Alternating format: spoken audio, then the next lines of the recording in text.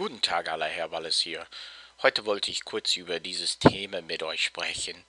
Today I want to talk to you about this topic, when to use haben or sein as the helping verb when you are forming the perfect tense in German.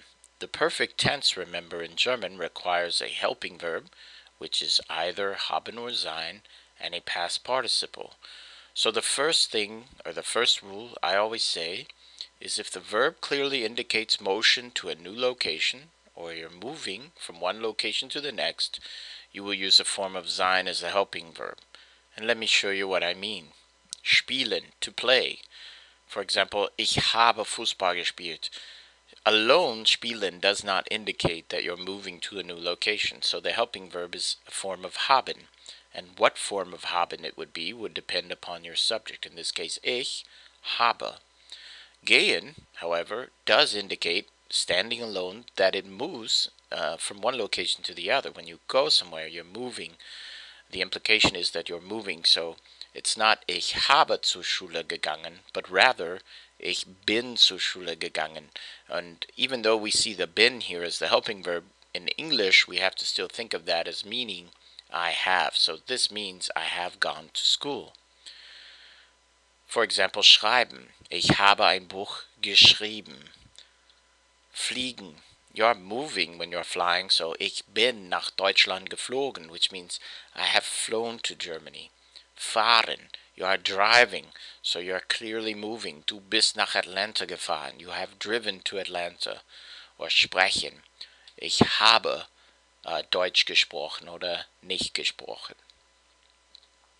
Another rule of when to use haben or sein is to know if the verb indicates that it's a change in its state of being, or indicates a change in the state of being, then you want to use a form of sein as the helping verb as well. So for example, sterben, to die.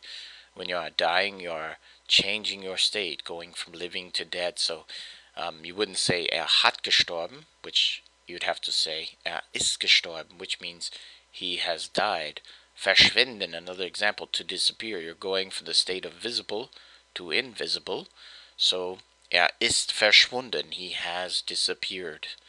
So I'm going to give you a moment here to think about. You can stop the video and try to translate these into English. But if you want just to hear the answers, continue to play the video. Ich bin nach Atlanta gefahren means, in English, I have driven to Atlanta. Wo bist du gewesen? Where have you been? And gewesen, which is the past participle of the verb sein, will always use a form of sein as its helping verb. Hast du einen Hamburger gegessen? Have you eaten a hamburger?